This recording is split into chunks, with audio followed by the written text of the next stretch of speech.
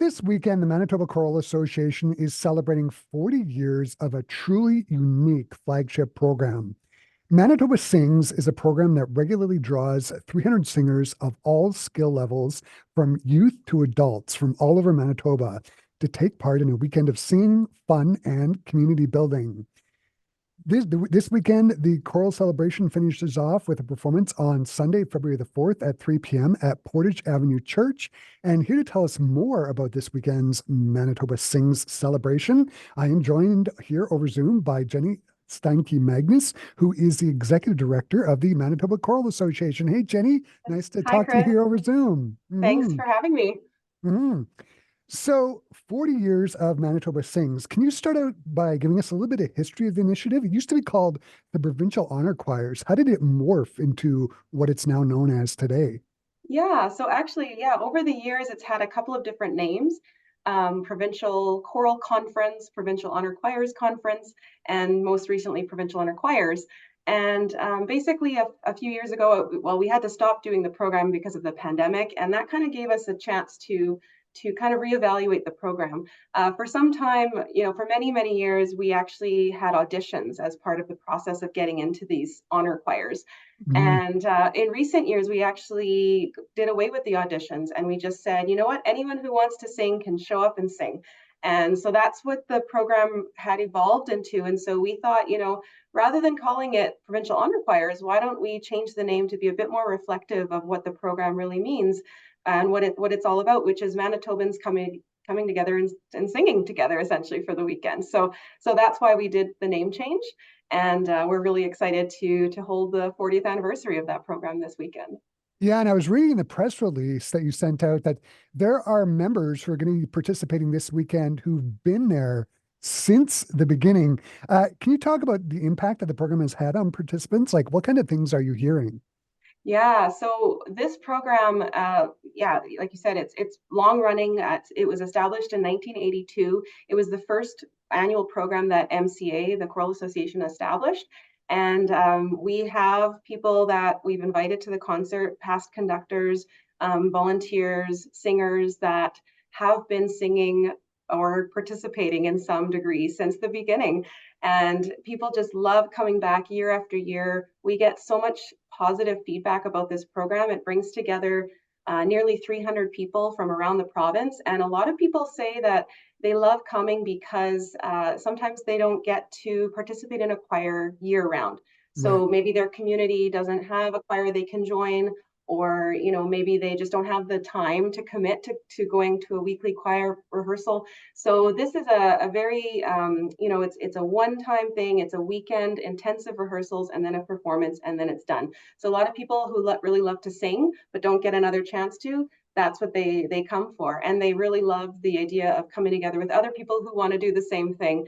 And they just we have found it has made a tremendous impact on singers from ages 10 all the way up to adulthood. So yeah, many people have been coming for years and have just gone through all the different choirs according to age, and now they're in the adult choir, and they just love coming back. So Spectacular. There's going to be three choirs that are rehearsing this weekend. Can you talk about the three choirs and what ages do they encompass? yeah, we have three choirs.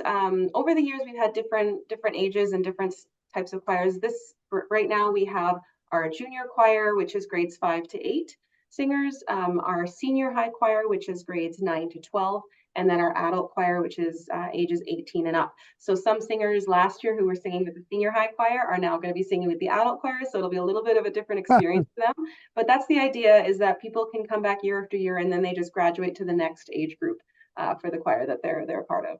And again, no audition required. All you need to No do is audition; they can just love sign to up sing. and come. Yeah. Mhm. So rehearsals must be pretty intensive. They start on Friday evening and they happen all day Saturday, and then there's a performance on Sunday. Can you talk about what the rehearsal schedule looks like? And to have such a short rehearsal span, you must have to have three amazing conductors. Can you once talk about the rehearsal schedule and then talk about the conductors? Who's going to be Yes. joining them? Absolutely, yeah. So yeah, like you said, it's an intensive rehearsal weekend. We have Friday evening, starting at 6 o'clock till 9 o'clock, so only a few hours of a rehearsal there, and then Saturday all day. So they start at 9 a.m. and go till about 4:30. And it's like you said, it's intensive rehearsals. Each choir is learning 5 or 6 pieces of music, and so it's all Mm. going to be new to them. They only get the sheet music on the Friday when they sign in, and it's incredible to see what work that they do over those 2 days essentially, and everybody goes home and continues practicing the music, and then on Sunday there's the performance. So the performance is Sunday afternoon. So they have a little bit of time between the Saturday and the Sunday to kind of rehearse on their own, but really that's all they get. So yeah, like you said, we have some really amazing guest conductors that can lead these choirs to accomplish that. So for the junior choir this year, we have Sonia Williams, a longtime choral educator and director here in Winnipeg. We have for the senior choir, Melanie Demore coming from Oakland, California to work with Mm. the senior high students. And she's a really amazing choral activist, is what she calls herself. And so she teaches a lot of music by rote. So a lot of the senior high students are going to get to really just jump in and learn music by rote this weekend, which is exciting. Wow. And then for the adults, we have Scott Leithhead from Edmonton, and he has come a few times in the past, and he's just a really well-loved conductor who works with some choirs out in Edmonton. And yeah, he brings another kind of a flair to the work that he does. So each conductor will bring something different to the choir, and together they will accomplish this amazing, incredible work over the weekend. Yeah. Mm. I was actually on the Manitoba Choral Association's website. The program for Sunday's concert is up. Um, it led me to the question, who picks the rep and what kinds of things are the people who pick the rep, what kinds of things they need to take into account when they're picking it?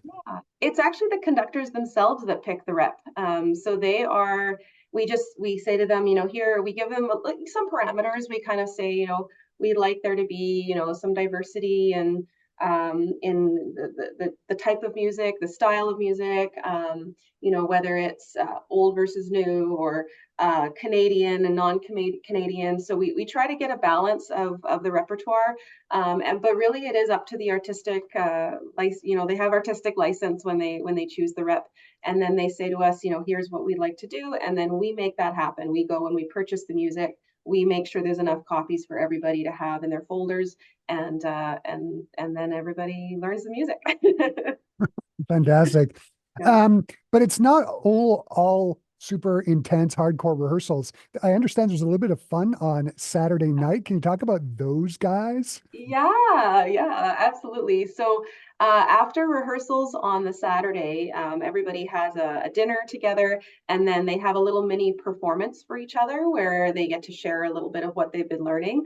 And so each choir gets to see what the other choir has been working on, which is kind of a sneak peek into the concert. And then after that, we have a bit of a talent show performance. We call it Saturday Night Live. And so basically, yeah, it's a live performance. And we all, like for the last several years, we've had the headliner performance from those guys, the local Winnipeg a cappella group. And that's always a really well-loved part of the program. So the singers get to watch the performance by those guys, and then they themselves have signed up for a slot to perform and do some sort of talent. So it can be any kind of talent, but we get a lot of solos in small groups, and they sing, they play instruments for each other, and it's just a really fun evening of just hanging out and watching more music. Awesome. This year's anniversary also coincides with Winnipeg 150, which in turn has acted as sort of a catalyst to Winnipeg 150 City of Song. What is that initiative? And I understand that the honor, or I should say, Manitoba Sings is the inaugural event for that, right? It is, yeah. So we were approached last year by Winnipeg Arts Council to partner with them to deliver some exciting programming for Winnipeg. So Winnipeg is turning 150 this year, and so the idea is to celebrate that by engaging Winnipeggers in what we do best is, with music and song and group singing. Winnipeg has so many choirs that people can take part in. And so we're really just trying to bring out performances, group singing opportunities, public, involvement in group singing and just singing as a whole. So that is the initiative, and the MCA is going to be taking part in that by offering more events this year than we've ever done. And Manitoba Sings, the concert on Sunday afternoon is sort of the foray into that year-long initiative. And so we're very, very excited to offer that as part of the City of Song initiative. Yeah, just celebrating Winnipeg's strong choral culture.